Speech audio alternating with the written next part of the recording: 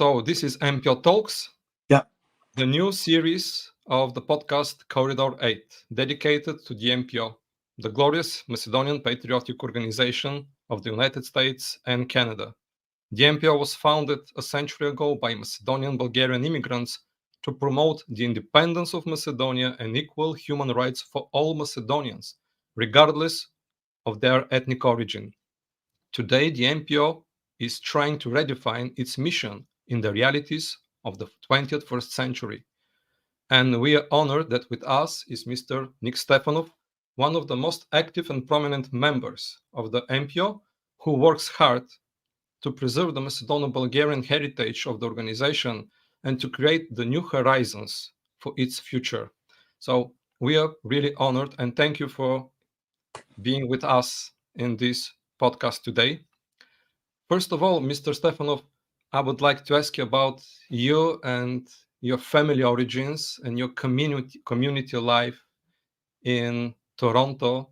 Could you tell us more about your family history? Okay. Well, my dedo, my people from my father's side, my dedo and baba, my father, came from Vardar, Macedonia. They were from the village was Krušje, near Resen. And my grandfather, Dedo Kime, he came in 1917 actually to Toronto.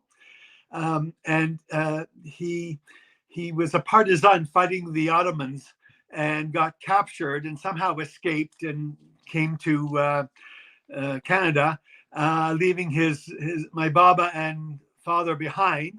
But he sent for them later, and they came, but they came much later, actually 13 years later in 1929.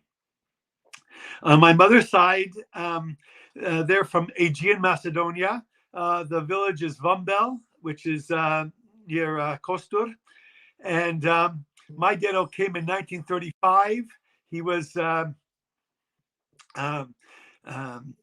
drafted into the Greek army, and he deserted the army. He didn't want to serve in the Greek army against our people.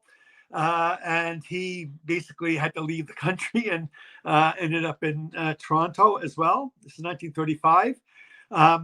My baba and my mother and my two uncles remained behind. And my dedo couldn't bring them over till after, till 1947 they came. And but meanwhile, my baba from my mother's side died in Aegean Macedonia in the 30s, so I never met my baba. But my mother and uncles came in 1947, reunited with my dedo, and that's basically what happened. My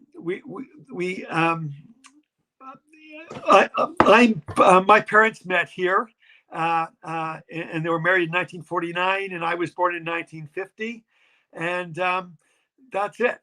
In terms of our community here, we had many immigrants come from Macedonia, from the early 1900s right through to before 1945. They were all Macedonian Bulgarians. We have, and as a result, we have 3 Macedonian Bulgarian churches within Toronto. We have St. Cyril and Methody, we have Sveti Georgi, and we have Sveti Troica. I'm president of my Macedonian Bulgarian church, Sveti Troica. It's the newest one of the 3.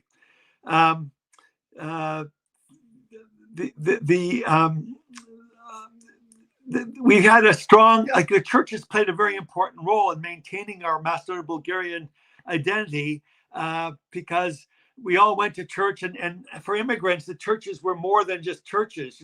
People after church, people would go down in the hall and people would bring food, and it was a day that you'd spend every Sunday, and that's what basically kept our Macedonian Bulgarian identity alive, because the church was a place where people could use their language, could talk about old times and reminisce about their past. And I think it played a very, very important role. And I think I learned most of this stuff indirectly by just attending church and listening to people talk. Anyway, I'll leave it at that for now, I guess. And if you have any questions, I can answer them. Well, The first question that I would like to ask you is related to the concept of reconciliation. We at our podcast fully support the idea of reconciliation between today's ethnic Macedonians and Bulgarians. We believe it's necessary to happen. The thing is, how did you came to this idea? Well, What is your vision of reconciliation, and to what extent our common past, our shared past of ethnic Macedonians and ethnic Bulgarians could be a part of your strategy and vision for reconciliation? okay. So, okay, let me start here. Excuse me. As you well know, the true intent of the MPO founders was to unite all Macedonians within our diaspora, regardless of how they identified ethnically, and focus on becoming the voice for all Macedonians in North America and beyond. Unfortunately, the MPO got sidetracked with the emergence of communist Yugoslavia, which initiated a continuous campaign of hateful propaganda against us while promoting the then newly affirmed ethnic Macedonian identity. We attacked this identity with the same hateful vengeance of the other side. Excuse me. When it became clear that the ethnic Macedonian identity was here to stay, the MPO continued the battle, a battle that eventually threatened our very existence. Many of our members and supporters started facing an identity crisis due to our bickering and hateful exchanges against people who were our brothers and sisters. As a result, many began to feel ashamed of the Bulgarian part of their identity and chose to leave the MPO and decided that they just wanted to be called Macedonian. The number of chapters and members in our MPO declined drastically because of this development, and these people even began leaving our Macedonian Bulgarian churches, most of which were founded by MPO members and supporters in our diaspora, and joined the newly formed Macedonian churches. Many others joined even the newer growing ethnic Macedonian organizations like the United Macedonians and later the UMD. Eventually, within our own families, we had Macedonian Bulgarians, ethnic Macedonians, and yet we still all loved each other, celebrated with each other, mourned with each other, and cared for each other. Most of these families agreed to disagree with our differences, but still looked at each other as one Macedonian people. It is this occurrence that eventually convinced me and the current MPO to return to our roots as an organization and unite all of us as one people, even with our two separate identities. We also recognize that despite our differences, we were one people with a common Macedonian consciousness. The only way to truly fulfill our noble mission is to promote this newest strategy, the mutual and respectful acceptance of one people, two identities concept. Our position is that the two identities are not the fault of anyone living today, but an inevitable outcome resulting from the divergence of our histories, which began with the partition of our homeland in 1913 and ended with the creation of the Macedonian state within the boundaries of communist Yugoslavia. Those of us who still identify as Macedonian Bulgarian believe that the implementation of this strategy is the only way to preserve our Macedonian Bulgarian identity, an identity that for Macedonians in North America at least has evolved from being Bulgarians from Macedonia to being Macedonians who happen to have Bulgarian roots. And as far as to what extent our common and shared past is part of the strategy and vision for reconciliation, the MPO remains and honors the truth about our history, including the Macedonian Bulgarian identity and the founding fathers of Macedonian Bulgarian identity of the founding fathers of IMRO and the MPO. At the same time, we are working to unite all Macedonians within our diaspora and beyond to celebrate and enjoy our common Macedonian heritage. Our common past and heritage and the celebration thereof is a central part of our vision for reconciliation. The MPO believes that behind all manifestations of the contemporary Macedonian question lies in a single cause, the politics of exclusion, exclusion from the right to call oneself a Macedonian Bulgarian or an ethnic Macedonian without fear of condemnation, and the exclusion from the right to enjoy our common Macedonian heritage as equals. And so, we proclaim that the only sustainable solution to the contemporary Macedonian question is inclusion.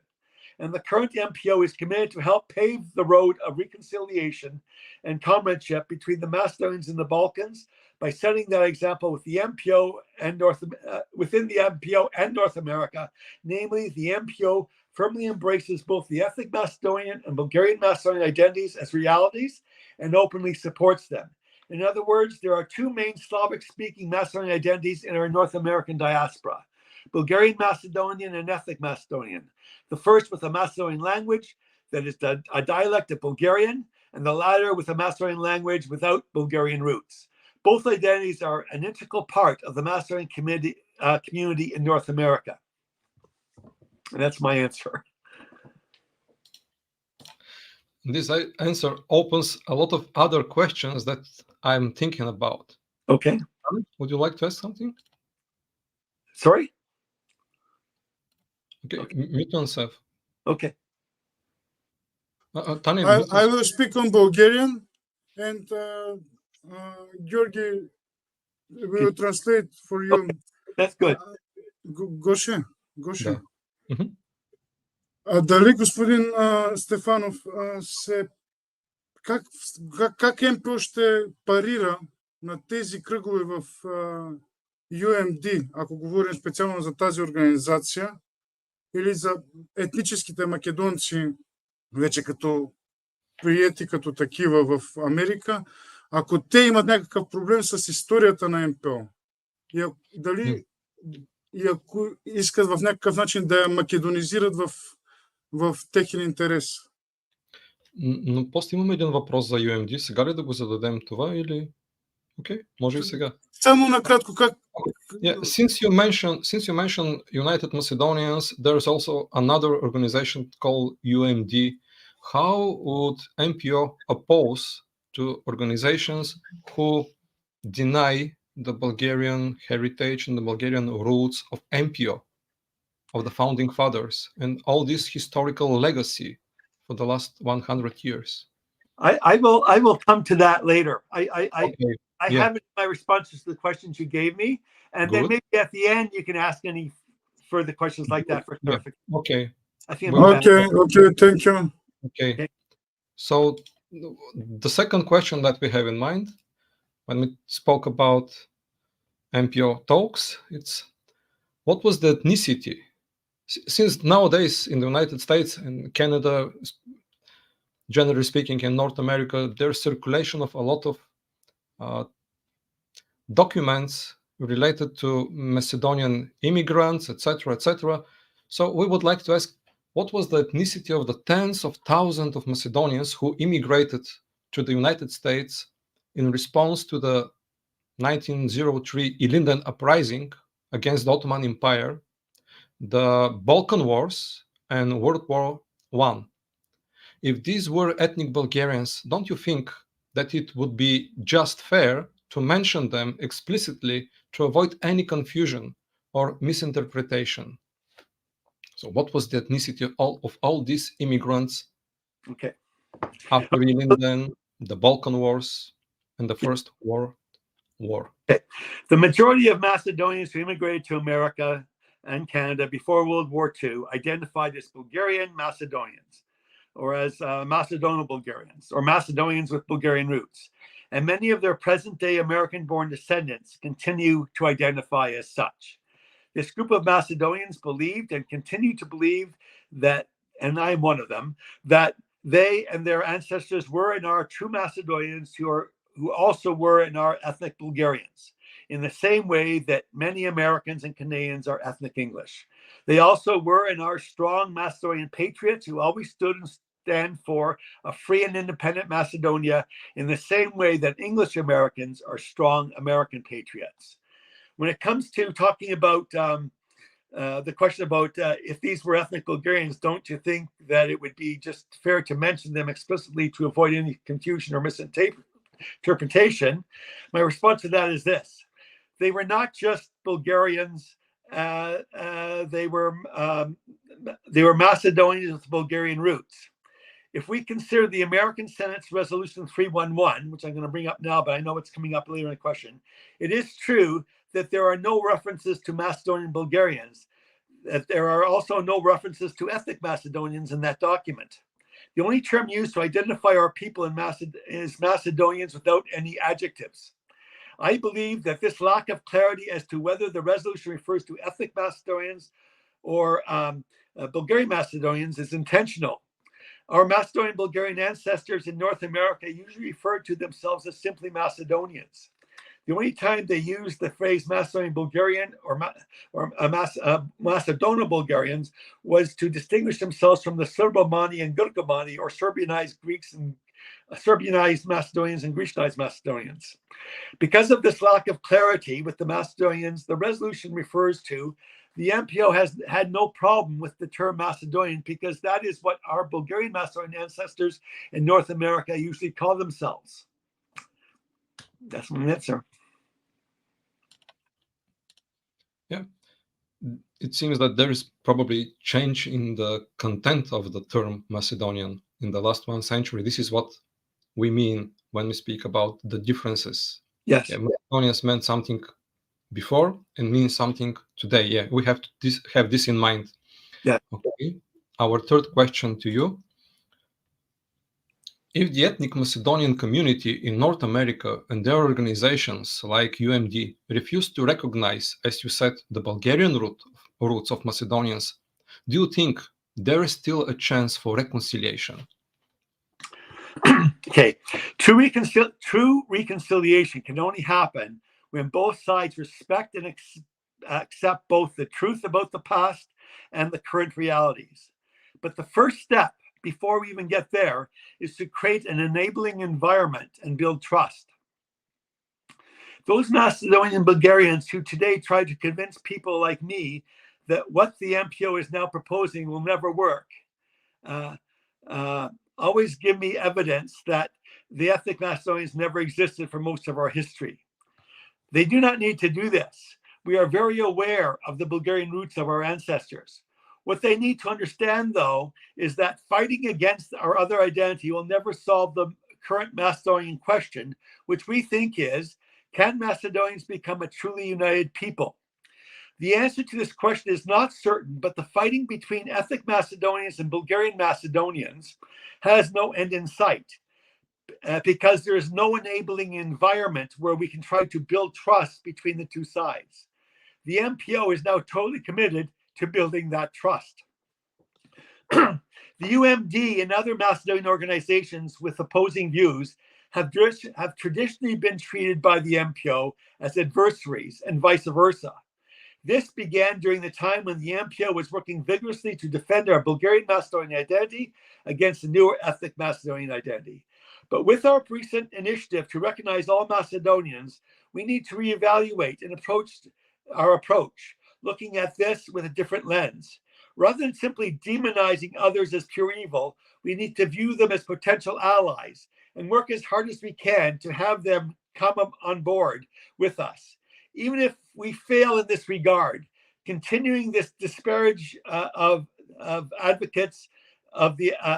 continuing to disparage the advocates of the ethnic Macedonian identity will simply make us less trustful in the eyes of both ethnic Macedonians and those Macedonians who once were part of the MPO, who dropped out because they were tired of our attacks on the ethnic Macedonian identity and decided they only wanted to be called Macedonians without any reference to their Bulgarian roots. We need to stop looking at an empty glass and at least look at the glass as half full. Excellent. The fourth question: if someone from the Republic of North Macedonia comes and tells you that in its letter from September 18th, MPO accepted the narrative of the resolution 311 that ethnic Macedonians have been immigrating to the United States since the 1880s, what would be your response? Okay, first of all, as I said earlier, Resolution 311 does not mention ethnic Macedonian narrative. It mentions simply a Macedonian narrative. And our ancestors had been immigrating since the 1880s call themselves, for the most part, simply Macedonians when they got here. However, even in our pre-World War II world, there were some, actually very few though, but there were some Macedonians to North America who did not identify as Macedonian Bulgarians, but only as Macedonians. At the time, these ethnic Macedonians were a very tiny minority within our Macedonian diaspora, but they came to prominence after World War II, and today they probably constitute the majority. To reflect these realities within our diaspora in the United States and Canada, the MPO the MPO recently and unanimously amended its bylaws and declares that it's officially committed to uniting all Macedonians within our diaspora and beyond, regardless of their chosen ethnicities. This means that we are open to all Macedonians, including ethnic Macedonians, Macedonian Bulgarians, as well as anyone else who identifies as Macedonians in one way or other. But to answer your question specifically, up until World War II, the overwhelming majority of Macedonian immigrants in North America were Bulgarian Macedonians.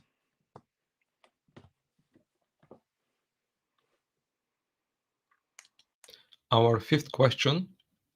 In your public appearances, you talk about Macedonia being our Israel, referring to all Macedonians regardless of their ethnicity.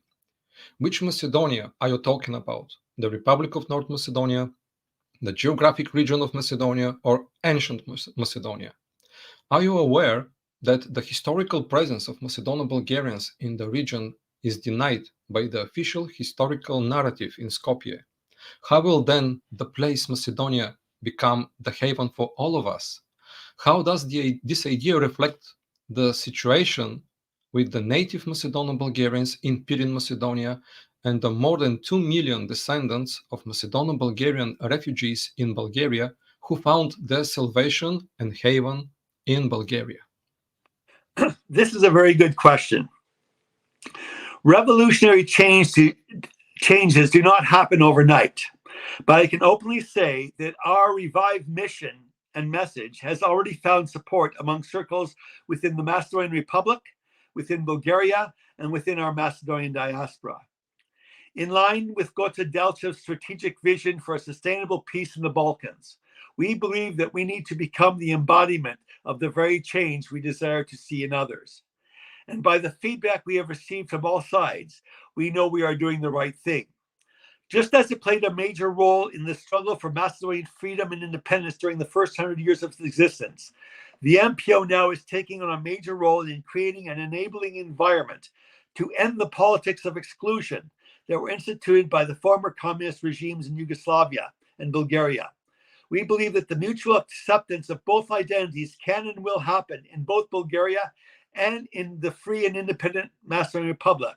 And when it happens, the Republic of Macedonia will become our Israel, in the sense that it will finally be a haven for all people who have a Macedonian consciousness, which will go a long way in preserving our common culture and heritage, and at the same time, our specific identities.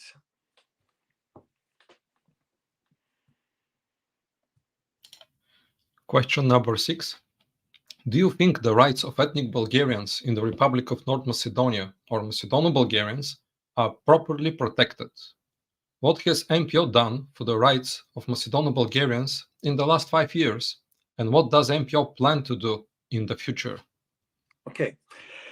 I don't think the rights of Macedonian Bulgarians in North Macedonia, or even the rights of ethnic Macedonians in Bulgaria, are properly protected in such an atmosphere of tensions between the two countries. Tensions that are escalating via the spewing of hateful, dangerous words and deeds and actions.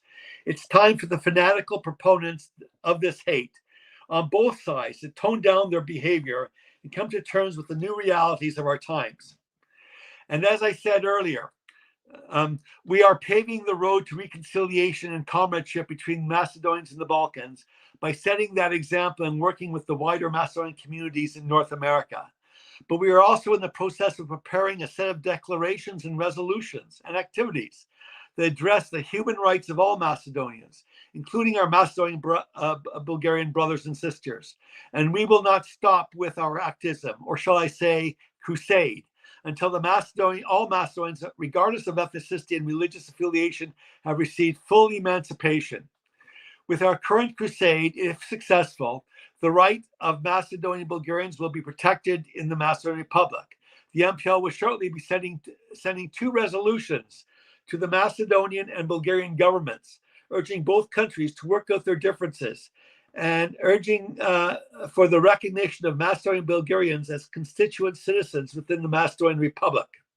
We can do this because the MPO is no longer facing an identity crisis in terms of who we are, a crisis that detracted us from our true mission of supporting all Macedonians in a way we can for the betterment of all.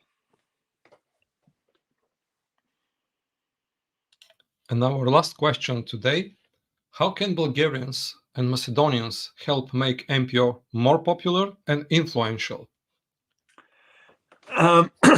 I haven't thought about this question because it was sprung on me this morning, but I guess I think one of the most important things is reporting on us in the media in both Macedonia and Bulgaria. What you guys are doing now, this is a big deal to people to get to know us better and get to know where we're coming from and what our thinking is.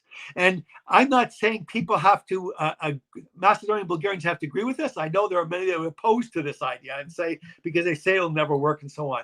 But I'm including them too. Like I want this Macedonia I'm talking about and this recognition that applies to everybody. And we're entitled to our opinions, but I don't want those opinions to make us enemies. I want us to have direct dialogue and really talk about them, and without hate language, hate speech, and all that, all the rest of it that goes with it, which only causes more division.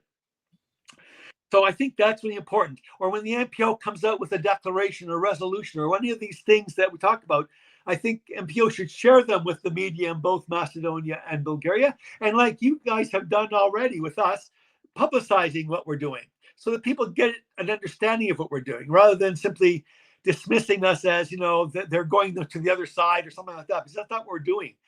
We're trying to preserve our Macedonian Bulgarian identity in an environment where assimilation into American Canadian society is a factor that is also working against us, along with other things. I think I also, in terms of our debates, again, they need to be civil, and I have no problem with people disagreeing. I don't even sure myself 100% this is going to happen, but I feel like by trying to do this, we're on the right side of history, because there is no solution the other way. The people who are arguing against the other identity have no solutions other than to try using the same arguments all the time, which aren't working, and dividing us further. In the diaspora, this is a little bit easier because everyone has been assimilated. And like I say, we have in the diaspora members of our own families with both identities, and we get along. And if it can happen there, why can't it happen in a bigger community? I don't know. But that's, to me, this is something worth trying. So the support, and I don't mind criticism. So if people email us or text me or respond on the MPO website disagreeing with the direction, good. I think we need ideas, because we're not there yet. We just came up with an idea now, and we changed our bylaws, and we're trying to get the message out there. But we need a plan of action. We need, what are the next steps? I'm not sure yet. But I think in debating the issue civilly, we'll come up with a plan of action that everyone can respect, and I think that's possible. And if it fails, it fails. But I want to try, because I don't want this split. I don't want my identity to disappear. And I think that that arguing with the other side is not going to change it.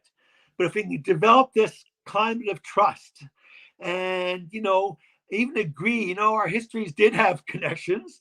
They did separate in 1913, but get them to even admit that would be a big deal. And I think we can, because I think there are 3 groups in the diaspora. There are Macedonian Bulgarians, there are ethnic Macedonians, and then there are those, many of those, more than they are Macedonian Bulgarians, of people who, as I mentioned earlier, identify as simply Macedonians, who know, like their grandparents were Bulgarian. They know, they know, and I think they left us because they got tired of attacking, the other side, because they were our people. But I think because of this new direction, these people will again begin to support the MPO. Maybe not rejoin it, but support what we're doing. And I think in the diaspora, this is the biggest group of people. I really do. I don't think that's true in Macedonia or in Bulgaria, but maybe someday it could be. Because maybe if we can unite our full diaspora here, if we really can do it, if we can succeed, we can be a powerful influencer on Bulgaria and Macedonia. I think we can. Just like, when in Macedonia, when there was a debate about changing the name to North Macedonia, and people in North America were urged not to support, or people in North America, like you and Neil, that were urging people in Macedonia, don't support the vote, don't vote for it, blah, blah, blah. People there listened, and they didn't get a majority of people voting there. So that tells me our diaspora does have influence, and if we can be united and stand for both identities, maybe we can make some real gains. I think the basic challenge for the reconciliation would be to create a shared vision about the past and the present day, of course, and the future. And here is when we speak about the past, here is the problem, because we have two different historical narratives. Yes. And the problem is, I think it's not really, even it's not identity issue, it's issue of the political elites. Yes. Especially so. I'm a Bulgarian, I live in Bulgaria, so I have my prejudice, but I think that it's the political elite in North Macedonia not ready to accept the past. As far as I know, the Bulgarian Prime Minister several years ago, the Minister of the Foreign Office, Mrs. Zakharieva, they all said that they recognize the ethnic Macedonian identity. Yes. What they wanted was especially to be recognized the Bulgarian roots. And this is where we have the problem. It's not a scientific issue. We also have in our community, we have friends who watch us from Bulgaria, from North Macedonia, from the diaspora. We also have friends who had now Macedonian identity, but who are very well aware about the past and don't have problems. Yes. But the thing is how to reach this shared vision about the past, the current day, and the future. This is what I'm really wondering. But I agree with you. In order to have reconciliation, we have to reach all these three things. And the first and the foundation is the past. Yes, but I think, again, in North America, forget about Europe for a second, just in terms of North America, it's really our organization was to, the prime goal was to unite people here in North America. Mm-hmm. Again, I think the majority of people know our past. They don't say it because when they dropped out of the MPO and they were tired of the fighting, even when the ethnic Macedonia became like it was clear it was going to stay, and we kept arguing, people, as I mentioned earlier, dropping out of the MPO and leaving, they know the truth because their families, they know what their family stood for. I've met them. There's in Toronto, for example, there's a Macedonian church, Sveti Clement. We have relatives that go there, but since I retired, they have lunches for seniors every Thursday, and I've gone, and we go there, we talk, I tell them who I am, I tell them I'm the MPO, I'm Macedonian Bulgarian, I'm president of Holy Sveti Troitsa Macedonian Bulgarian Eastern Orthodox Church, all this stuff. And they'll say, oh yeah, we used to go to St. Sveti Georgi, or yeah, my son was baptized at your church. And there are people who know our connection to Bulgaria. They know the Bulgarian roots, but they don't want to say it. But I think if they earn our trust and they see that we're trying to reach out to all Macedonians, I think that group, which I still think is the biggest one in our diaspora, will be an influence on those who refuse to even listen. That's where this idea is coming from. Гоше, ако може само. Mhm. I will speak on Bulgarian and after Yes, that, it's okay. It's Georgi okay. will translate. Yes. В македонската преса се появиха материали по отношение на новите становища или, как да кажа, новата вълна в МПО по отношение на етническите македонци и македонските българи. Каква е реакцията? В смисъл, тук това се предаде като едва ли не МПО признава македонски етнически характер, етническия характер на македонците. Каква е реакцията на господин Стефанов? Сега или в миналото? Сега признава, че има етнически македонци. Каква е реакцията на господин Стефанов? Okay, so in the media in North Macedonia, there were reports about the new direction of MPO and the new program documents of the organization. The interpretation in the media was that MPO recognizes the ethnic Macedonian character of contemporary population of the state and abroad. What is your reaction to these reports? MPO is a Macedonian Bulgarian organization.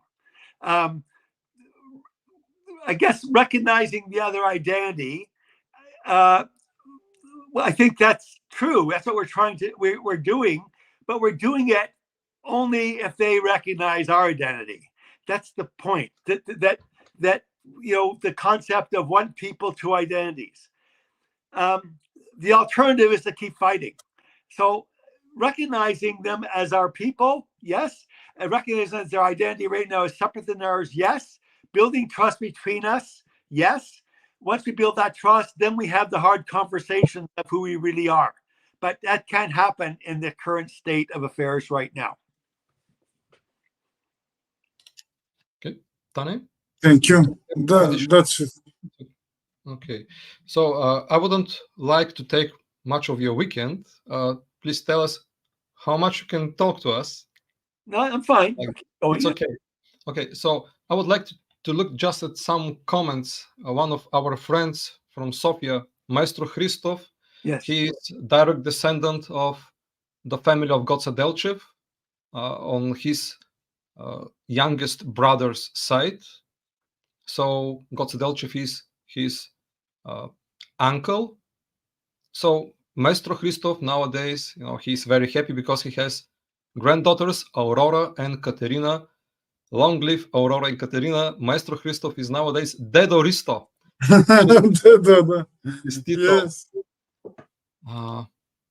And we have another wonderful person to watch us from Istanbul, from Tsarigrad, one of the Macedonian Bulgarian people in Tsarigrad, Argir Stumbov. His uncle was member of MPO in Toronto. Argir, could you write us what time it was? In which years your uncle... In which chapter? MPO Justice? In which chapter, yeah.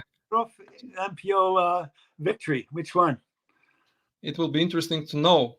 Yeah. Argir, please write to us. So he wrote us, our greetings and best wishes from Istanbul to our brothers in USA and Canada. Long live MPO. Good. This is a good question. It's additional question that we could just think about this. It's not related to current situation in MPO, but Konstantin Dichev writes, what's MPO stance on people who are not particularly Macedonian, ethnically, or regional people like Vlado Chernozemski, who was not born in the region of Macedonia, nor was an ethnic Macedonian? Okay. Well, as far as I remember, the portrait, a very nice photo of Vlado Chernozemski was present on the last convention of MPO, so he was there. He is part of the memory of the organization. This is the person who in 1943 killed the Yugoslavian King Alexander. Yes. He sacrificed himself. And as far as I remember, under the photo, it was written hero and martyr, Geroi I Svetec. So Vlado Chernozemski seems to be part of this memory, and he should be recognized as hero, despite the fact that he is not geographically Macedonian. He was born in the eastern part of Rhodope Mountains, and in the village called Kamenica. But he was very, very fond to the struggle of the Macedonian Bulgarians, and he was a real hero. So I saw this photo. He was there.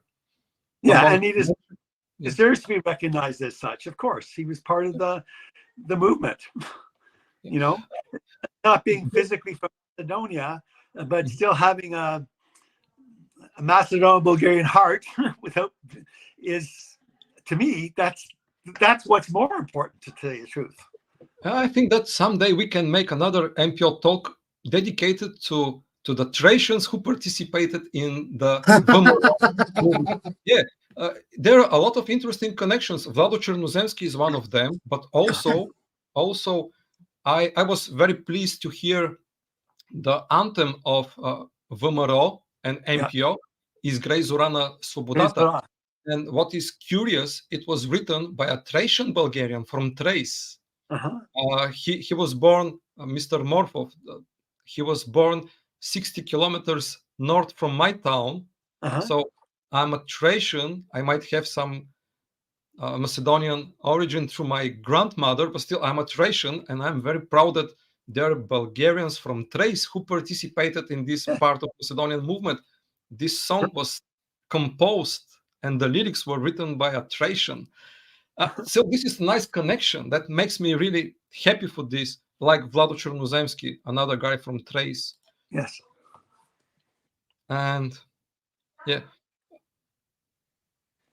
I think that it really be good to keep some questions for the future.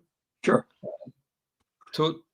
We will be ready anytime to be a forum for MPO members, for MPO leadership to express and share anything of your thoughts, ideas, etc., etc. So let's start with these new resolutions that MPO is working on. We will be gladly popularizing them on the internet.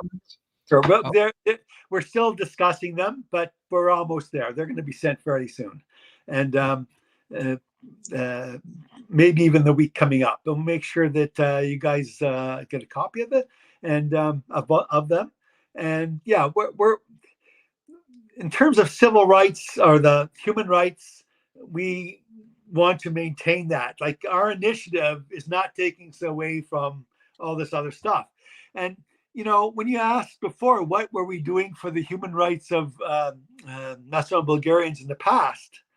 Well, most of our past, you know, from the 50s to the 90s, was arguing with ethnic Macedonians and not really sort of looking at the trees and not looking at the forest, you know?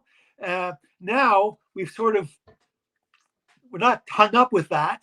We're back to the other part. And this is where we want to unite. When we say we want to unite Macedonians, we don't mean we just want to reach out to North Macedonians. We're saying we want to reach out to everybody. And so it's time to do what you're saying. It's time to take a more active stand on the injustices that are occurring.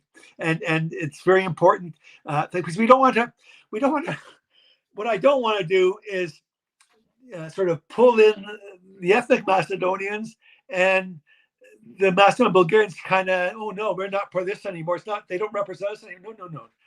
I want to represent both. It's not an easy thing to do. I agree. But if we're civil with each other and really listen to each other, if we create this atmosphere of trust and people listen, I think we can make differences. If people don't listen, because we're enemies, we can't make any differences. It's worthy. It's really worthy. I hope it will work. I hope so too. And again, if it doesn't, we can at least say we tried.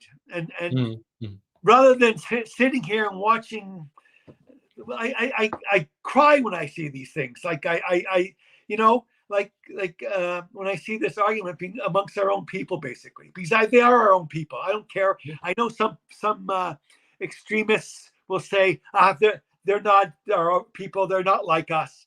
They are like us. Forget politically, they're not like us. But they eat what we eat. They have relatives that are Macedonian Bulgarians.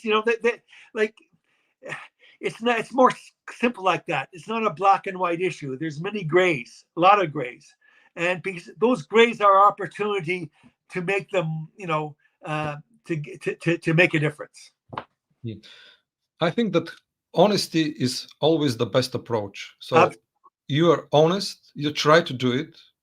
Let's see what will happen. Yeah. On our side, yeah. Again, if we fail, I'll be the first one to say I failed. I promise you that. But I don't think we will. I honestly don't think we will. We may fail in Europe, but I don't think we'll fail in North America. But even in Europe, I visited Macedonia in July. I met with people. I told them who I was, and they agreed. I told them about this idea about reconciliation. They were for it. A lot of people, just people on the street, everyday people. And I remember, I read an article by former foreign minister Denko Maleski. He wrote about your meeting. I met with him. Actually, he's one of the very few people nowadays in North Macedonia to openly admit the Bulgarian roots of Macedonians, and I'm very happy for this. The thing is, he's exception right now. He's not right now, but I'm telling you, I believe there's a group that agree with him who are silent. They're afraid to speak out. A lot of people are afraid to speak. He had guts. He was not afraid to speak out. But they're there. I've talked to people. I talked to them. One person told me, we need Bulgaria to survive. That's what he told me. He's ethnic Macedonian, but he's told me this. Because I was honest with who I am, he was honest back. And just, I don't know. I have hope for even there. I do. I also, I met some Bulgarian Macedonians in Macedonia too. And who wanted to see me because they wanted to understand where this was coming from. They opposed what I was doing. They don't agree, but they wanted to understand. And I respect that. They didn't demonize me and say I'm, I should be shot or something. They were willing to listen. And when I explained to them, they said, yes, this is a very noble idea, but it will not work. Okay, I can live with that. But let's try. And if it fails, it fails. But we'll be on the right side of history, I believe, if we do this. Yeah, I think one of the things that worries many Bulgarians, is including Bulgarians in North Macedonia, Macedonian Bulgarians, is that how to build trust while Bulgarians are beaten. Yeah. This is the problem. Yeah, but unfortunately, there is no solution at once right now. Unfortunately, there is. But that's why I said the extremists on both sides need to cool it a little bit. And I don't know how we do that, but that has to be a priority. And I don't know. That's the big problem. I agree. In fact, I think that's the biggest stumbling block from this to work. If we can't get the extremists to kind of tone down their arguments, the divisions will remain. I agree with you. But at the same time, maybe we can convince them. I don't know. Probably not, but maybe. And again, if we don't try, I don't want to cinema. I don't want to say, well, okay, it's not going to work. MPO is going to die because the Macedonian Bulgarian identity is declining in North America. There's more and more ethnic Macedonians. There are people in the MPO that think this way now, or former members of the MPO think this way, who say, we know the truth. The MPO is going to die, but it'll die with the truth. Well, no, I don't want the MPO to die with the truth, because if MPO dies with the truth, our founders, the people who were committed to the MPO, also die. You know what I mean? That their memory dies. And I don't want their memory to die. They stood for a very good cause, and we need to honor them. And we got to keep our institution alive, but we've got to be loyal to our roots, but at the same time be aware and adjust to new realities. And that's what we're trying to do. So it's a big job. It's not going to happen in a year or 2 years or 3 years. Building the trust by itself is going to take many, many years, but it's a start. And it's a start that I think is worthwhile. So it's not about MPO dying with the truth. It's about MPO living with the truth. Truth and the new reality. Yes. Гоше, past and present. Tane? Само един момент. Да обясня, да попитам. Да обясня в смисъл за това, че македонските българи са били леко скептични около новите случвания в МПО и новата вълна. Какво искам да кажа? В Македония, това директно да го преведеш, Гошо. В Македония всекидневно има антибългарска пропаганда. Всекидневно в медиите от официални лица, политици. Okay, so it's a comment about your observation that Macedonian Bulgarians in North Macedonia were a bit skeptical about the new developments in MPO's ideas. So what Atanas said is that in North Macedonia there is a everyday propaganda, anti-Bulgarian propaganda, every day from official public servants. Yes, it's true. And media. Yes, I know. I'm very aware of that. That's why for them this is a problematic thing, because it's everyday reality. Yes. No, I understand. And the MPO has not done much about that in the past, and should have. Okay, in terms of the actual, because we were always focused on the diaspora, and we should have been looking more at the homeland as well. And I think it's time that we stand up for this, for the human rights of Macedonian Bulgarians. It's very important, and one of our resolutions is related to this. That's coming soon. So yeah, I think it's almost an hour. It's a good conversation. I think that really the weekend is in front of you. So I'm retired. Every day is a weekend. Yeah, it's true, but still, probably you can have some time with your family and friends. So sure. Mr. Stefanoff, thank you very much for your time. It was really pleasure for us. It was very important to listen to the authentic voice of MPO, and we will be very glad if in future you will be our guest again. We would like to continue and to upgrade this MPO Talks series. It's really important to popularize MPO among our audience. There are people from Bulgaria, from North Macedonia. There are people from the diaspora. Oh, this is good. Among the people who watched us, for example, is one of the members, along with descendant of Gocedelchev family, along with Argir Stumbov from Tsarigrad.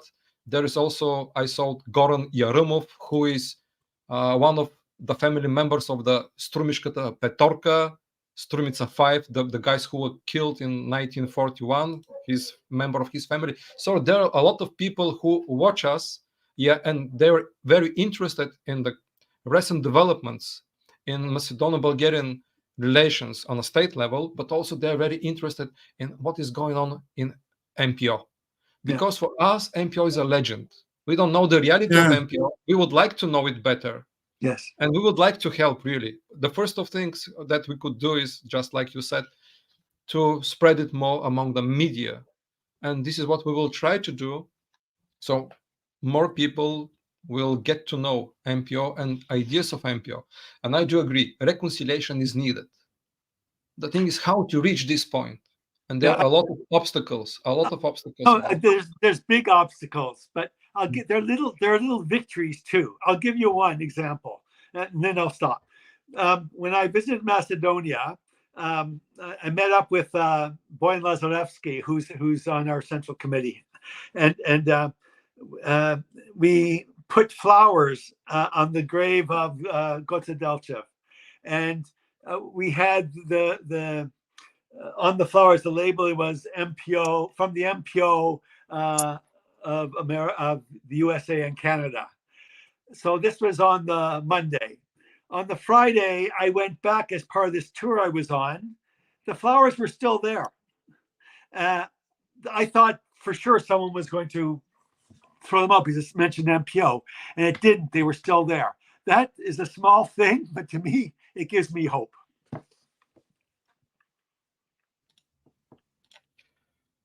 Well, I think it's, yeah, let's stay with the hope. Tane, would you like to say something?